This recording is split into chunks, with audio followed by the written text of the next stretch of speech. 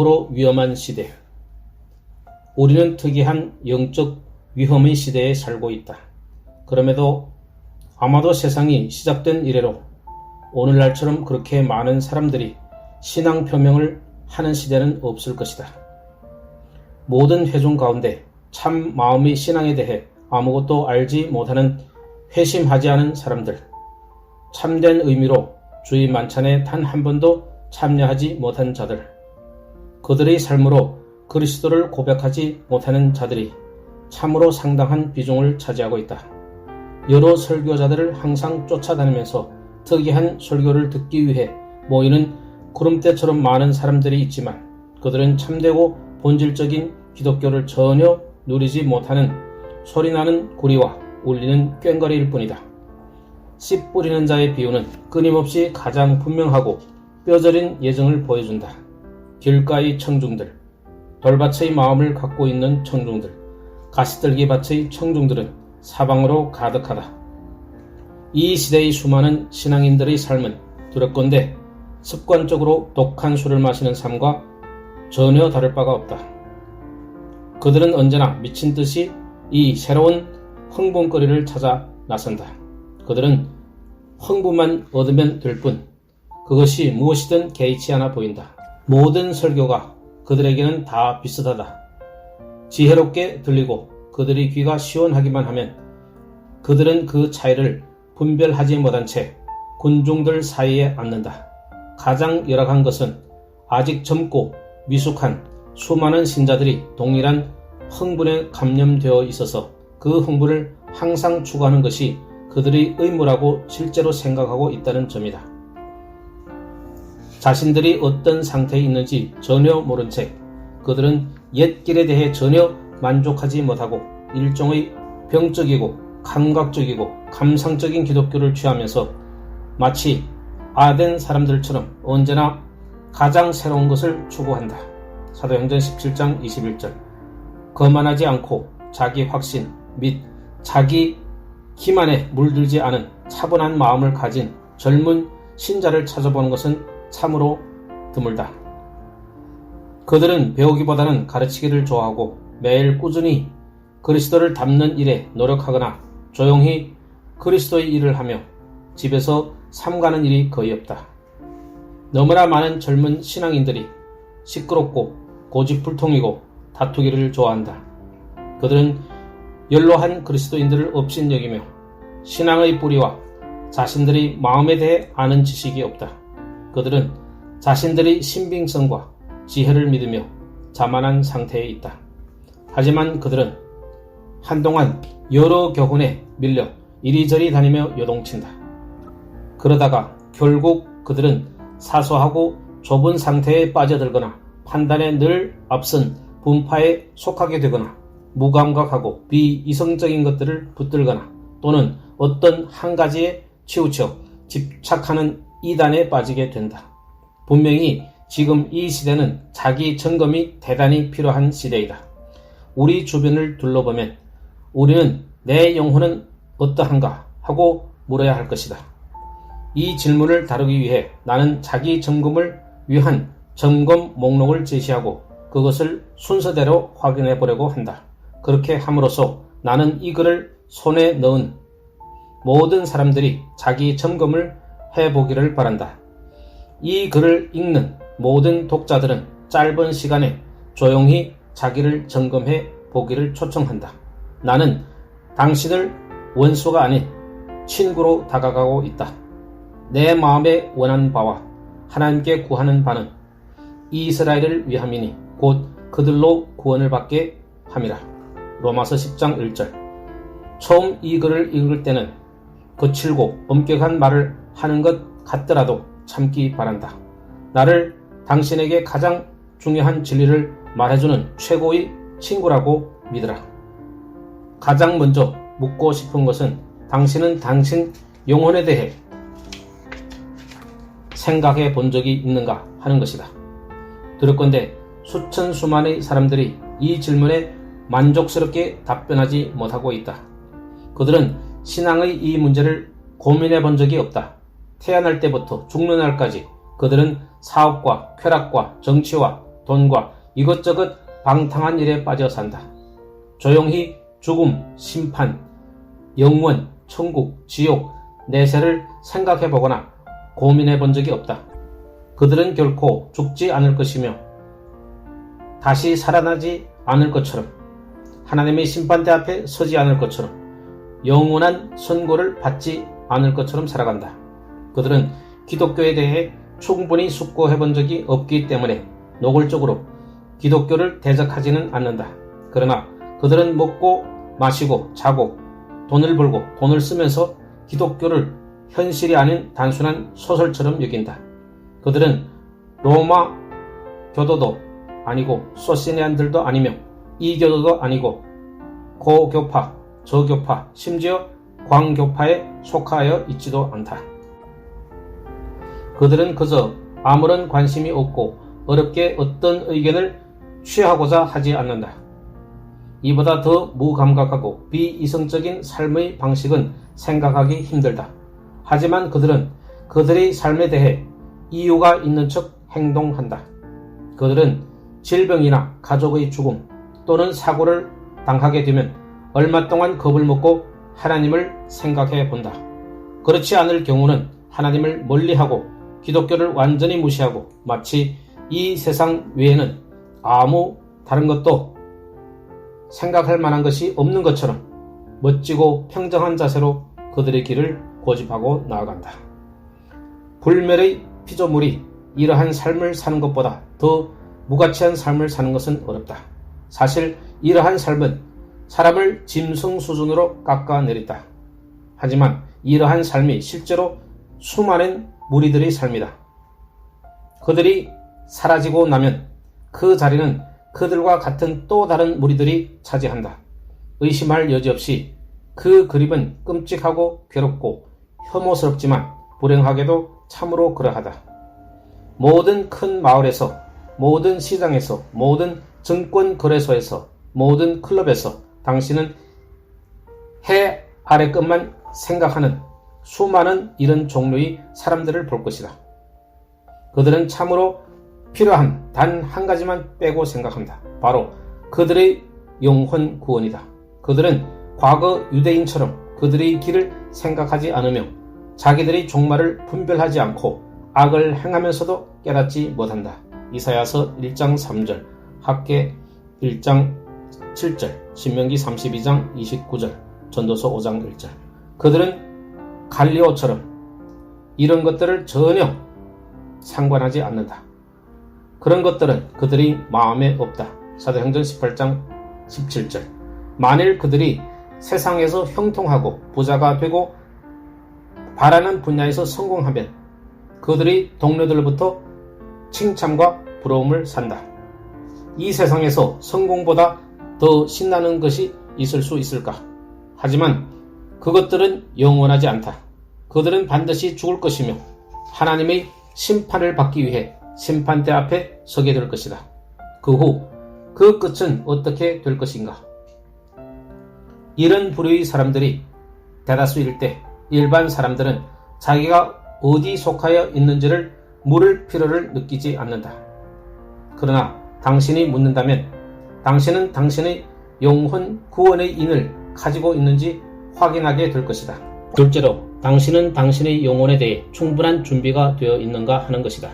이 땅의 많은 사람들이 신앙에 대해 가끔 생각을 하지만 불행하게도 더 앞으로 나아가지는 못한다.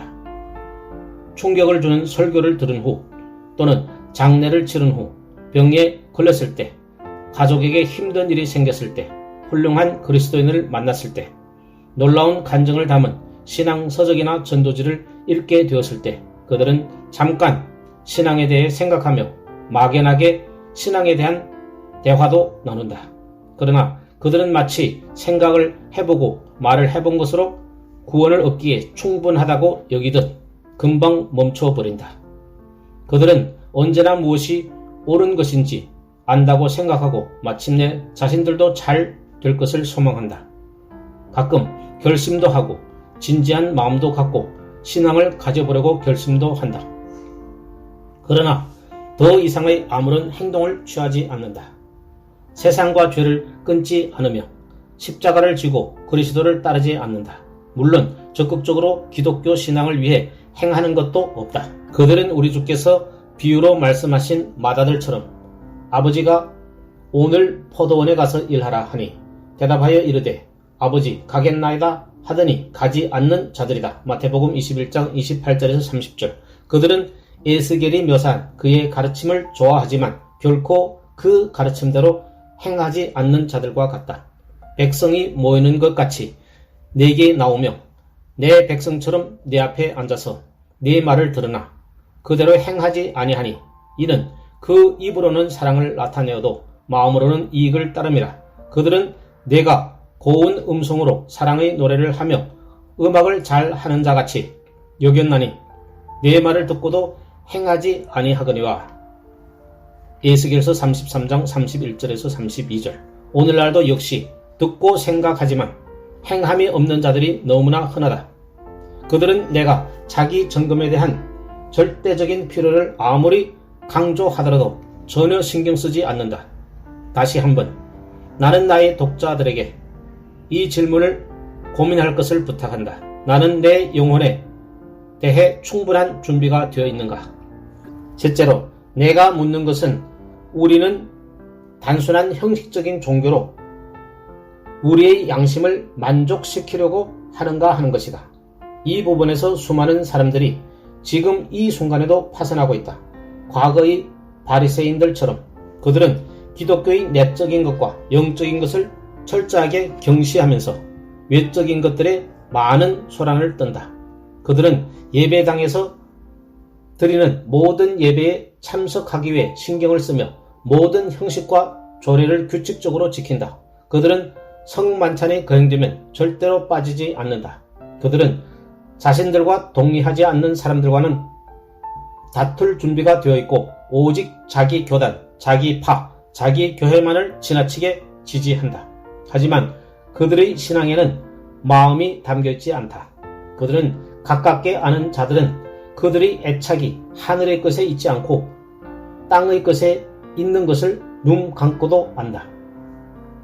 그들은 내면의 결핍을 외형의 과다한 형식으로 채우려고 한다. 이러한 형식적인 신앙은 아무런 유익을 주지 못한다. 따라서 그들에게는 만족이 없다. 외적인 것을 중시 여김으로 처음부터 잘못되었다. 그들은 내면의 기쁨과 평강을 전혀 알지 못한 채 변함없는 갈등 가운데 삶을 보내면서 마음 깊이 뭔가 잘못된 것을 느낀다. 하지만 왜 그런지 그 이유를 알지 못한다.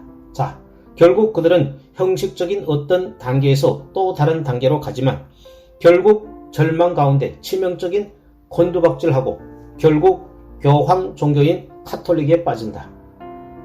이러한 종류의 기독교인들이 너무나 많아서 내가 자세한 자기 점검의 무한한 중요성을 아무리 강조해도 아무도 그 필요를 고민하지 않는다.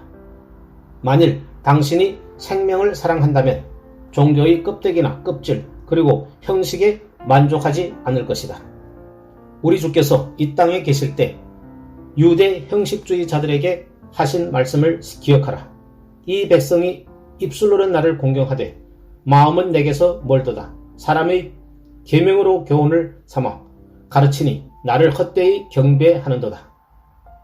마태복음 15장 8절에서 9절. 우리의 영혼이 천국에 들어가는 데는 교회에 부지런히 다니고 주의 성만찬을 받는 것 이상의 뭔가 필요하다. 은혜의 수단과 기독교의 형식은 나름대로 유용하다. 하나님은 그런 것들이 없이는 그의 교회를 위해 역사하지 않을 것이다. 그러나 항구에 닿는 길을 보여주는 등대로 인해 파손되지 않도록 주의하라. 나는 다시 한번 묻는다. 나는 내 영혼에 대해 무엇을 준비하고 있는가? 넷째로 내가 묻는 것은 당신은 죄사함을 받았나 하는 것이다. 이성적인 사람이라면 자신이 죄인이라는 것을 부인하려 하지 않는다. 많은 사람들이 아마도 자신들은 다른 많은 사람들처럼 그렇게 나쁘거나 그렇게 매우 악한 적이 없다고 말할 것이다. 그러나 내가 반복하여 말하지만 자신들은 항상 천사들처럼 살았고 그들의 삶 가운데 나쁜 것을 한 번도 행하거나 생각한 적이 없다고 말하는 사람은 거의 없을 것이다. 한마디로 우리 모두는 다소 죄인들이라는 사실과 하나님 앞에서 죄가 있다는 사실을 인정한다. 그렇다면 우리는 죄인으로서 용서를 받아야 한다. 그렇지 않다면 우리는 구원을 잃고 마지막 날에 영원한 정죄를 받게 될 것이다. 자, 우리에게 필요한 완전하고 거저주는 영원히 완성된 그 용서를 우리에게 제공하는 것은 기독교의 영광이다. 이 죄사함은 하나님의 영원한 아들이신 우리 주 예수 그리스도께서 값을 치르고 사신 것이다. 그는 우리 구세주가 되기 위해 이 세상에 오셔서 우리 대신 살고 죽고 부활하심으로써 우리를 위한 죄사함의 대가를 치르셨다. 그는 그의 가장 귀한 보배로운 피로 우리를 사셨다. 우리 대신 십자가에서 고난을 당하심으로 우리의 죄값을 치르셨다. 하지만 위대하고 완전하고 영광스러운 이 용서는 자동으로 모든 사람의 것이 되지는 않는다. 교회 회원이라는 사실 때문에 죄사함의 특권을 누리게 되는 것이 아니다. 그 죄사함은 각 개인이 반드시 자신의 믿음으로 받아들여야 한다. 즉 믿음으로 붙들고 믿음으로 감사하며 믿음으로 자기 것이 되도록 해야 한다. 그렇지 않으면 그와 관련해서는 그리스도의 죽음은 헛될 뿐이다. 아들을 믿는 자에게는 영생이 있고 아들에게 순종하지 아니하는 자는 영생을 보지 못하고 도리어 하나님의 진노가 그 위에 머물러 있느니라. 요한복음 3장 36절. 사람에게 이보다 더 간단하고 적당한 말이 있을 수 없다. 오직 믿음만 필요하다. 믿음은 겸손히 구원받기를 바라는 진정한 신뢰이다. 예수님은 구원하실 수 있으며 하고자 하신다. 하지만 사람은 예수께 나와 믿어야 한다. 믿는 모든 자마다 당장 의롭다 칭함을 받을 것이며 용서를 받을 것이다. 하지만 믿음이 없이는 절대로 죄사함은 없다. 자, 이것이 핵심이다. 나는 수많은 기독교인들이 용서함을 받지 못하고 영원한 멸망에 처하게 될까 두렵다. 그들은 그리스도 예수를 통하지 않고서는 죄사함이 없다는 것을 안다. 그들은 당신에게 예수님은 동정녀 마리아에게서 태어나서 본디오 빌라도 아래 십자가에 못 박히시고 죽으시고 장사되셨다고 말한다. 심지어 예수님 외에는 죄인을 위한 구주도 대속자도 중보자도 없다고 말한다. 그러나 그들은 거기서 멈추고 더 이상 나가지 않는다. 그들은 참으로 믿음으로 그리스도를 붙드는 지점까지, 그래서 그리스도와 하나가 되고 그리스도께서 그들 안에 계시는 지점까지 결코 가지 않는다. 그들은 예수님이 구세주라고 말할 수 있지만 나의 구주는 아니고, 대속자라고 말하지만 나의 대속자는 아니며, 대제사장이라고 말하지만 나의 대제사장은 아니고, 대언자라고 말하지만 나의 대언자는 아니다. 이에 그들은 죄사함을 받지 못한 채 살고 죽는다. 마틴 루터가 많은 사람이 구원을 잃는 것은 소유격의 대명사를 사용할 수 없기 때문이다 라고 말한 것은 당연하다. 오늘날 이런 상태에 있는 자들이 대다수이니 내가 그들에게 죄사함을 받았는지 물었을 때 아무도 궁금해하지 않는다. 훌륭한 기독교 자매님이 노년에 이렇게 말했다. 내 영혼의 영생의 시작은 내가 어린 소녀였을 때 나의 아버지를 방문하러 왔던 늙은 신사와 가진 대화였어요. 그는 어느 날 내 손을 잡고 나의 착한 아이야, 내 삶은 거의 끝났단다. 너는 아마도 내가 떠난 후 오랫동안 살겠지. 하지만 두 가지를 잊지 말라. 하나는 우리가 사는 동안 죄사함을 받을 수 있다는 것이고, 다른 하나는 우리가 용서를 받았다는 것을 알고 느낄 수 있다는 사실이란다. 나는 그의 말을 절대로 잊지 않았던 것을 하나님께 감사드려요. 나는 한 번 더 묻겠다. 당신은 죄사함의 문제에 대해 어떠한가? 다섯째로 내가 묻는 것은 당신은 하나님께로 회심한 체험이 있는가 하는 것이다. 회심이 없이는 구원이 없다. 너희가 돌이켜 어린 아이들과 같이 되지 아니하면 결단코 천국에 들어가지 못하리라. 사람이 거듭나지 아니하면 하나님의 나라를 볼 수 없느니라. 누구든지 그리스도의 영이 없으면 그리스도의 사람이 아니라. 누구든지 그리스도 안에 있으면 새로운 피조물이라. 마태복음 18장 3절, 요한복음 3장 3절, 로마서 8장 9절, 고린도후서 5장 17절. 우리는 모두 본성적으로 너무 악하고 세상적이고 정욕적이고 죄에 기울어져 있기 때문에 철저한 변화가 없이는 삶으로 하나님을 섬길 수 없다. 죽음 후에 주를 즐거워할 수 없다. 오리가 태어나자마자 본능적으로 물로 가는 것처럼 아이들이 태어나자마자 무엇을 하기 시작하면 이기적이고 거짓말을 하고 속이려고 한다. 그들은 배우지 않으면 기도하지 않으며 하나님을 사랑하지 않는다. 높든 낮든 부여하든 가난하든 착하든 어리석든 우리 모두는 완전한 변화가 필요하다. 그 변화는 오직 성령께서 우리에게 주실 수 있는 변화이다. 당신은 이것을 무엇이라고 부르든 새출생, 중생, 갱신, 새 피조물, 소생, 회개 무엇이라고 부르든 당신이 구원을 받으려면 그 변화를 받아야 한다. 만일 그것을 받으면 반드시 알 수 있다. 회심과 반드시 동반되는 표와 증거들은 죄에 대해 느끼고 그것을 깊이 미워하는 것이며 그리스도를 믿고 사랑하는 것이며 거룩함을 즐거워하고 추구하는 것이며 하나님의 사람들을 사랑하고 세상의 것들에 무관심해지는 것이다. 우리 주변의 수없이 많은 사람들이 두렵건대 회심에 대해 아무것도 모른다. 성경적인 표현으로 말하면 그들은 죽었으며 잠들었으며 맹인이며 하나님의 나라에 어울리지 않는다. 아무도 세월이 흘러가도 그들은 나는 성령을 믿사오며 라는 사도신경을 반복하겠지만 속사람을 변화시키는 성령의 역사에 대해서는 전혀 무지하다. 때로는 그들은 요한이 그의 첫 번째 서신에서 묘사한 새 생명의 표시가 전혀 없으면서 자기들은 세례를 받았고 교회를 다니고 성만찬에 참여하기 때문에 거듭난 것이 맞을 거라고 스스로 안위한다. 하지만 성경은 분명하고 명백하다. 너희가 돌이켜 어린아이들과 같이 되지 아니하면 결단코 천국에 들어가지 못하리라. 마태복음 18장 3절. 오늘과 같은 시대에는 내가 사람들의 영혼을 향해 회심을 강조해도 별로 관심을 갖지 않는다.